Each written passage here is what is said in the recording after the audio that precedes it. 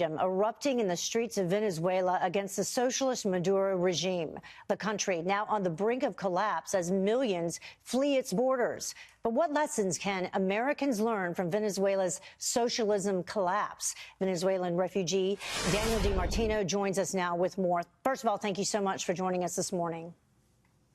Good morning, Heather. Thank you. You know, Daniel, I understand you left Venezuela about 3 years ago. You still have family there. What are your thoughts as you watched some of these violent images, these clashes going on, between the government and citizens in the streets of Venezuela? What were your thoughts as you watched that?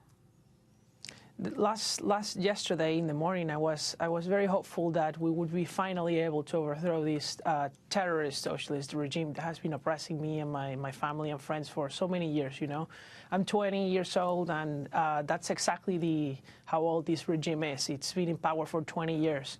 So I'm really tired of seeing what's going on. So many people who are starving, who are dying of diseases, escaping as refugees, and all because of this regime that is in power illegitimately. The family members that you still have there, that you speak to, what did they tell you about what they're experiencing?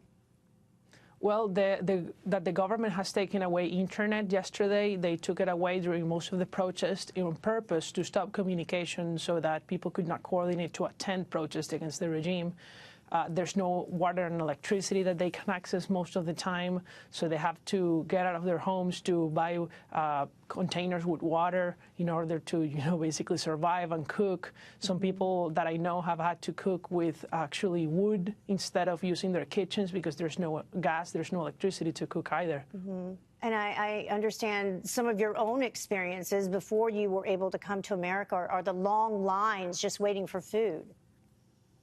That is right. So, and this is especially due to the terrible socialist policies that they have implemented, and some of the policies who, in fact, want to be implemented here in the United States, which are price controls. So when the government capped prices, of course, companies could not make a profit. Therefore, they just stopped producing many of the goods that were capped, and therefore, I had to make lines myself for hours in order to buy things like toilet paper. I could go to a supermarket only 2 days a week. This is unimaginable in America, Heather. Yeah, let's take a look at some of that you were just mentioning, the breakdown of Venezuela's socialist decline, so to speak, the hyperinflation that you talked of, chronic shortages of food and medicines, and now we have these anti-government protesters, over 130,000 who have been arrested since 2014.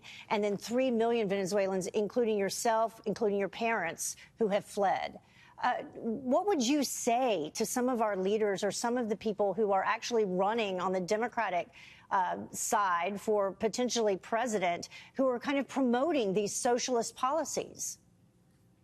Well, and especially to Bernie Sanders and Elizabeth Warren, who are the main candidates promoting these types of policies, but as well as others, that these, price controls have never worked anywhere. The nationalization of the means of production of banks, like some of them have proposed, have not worked anywhere in the world.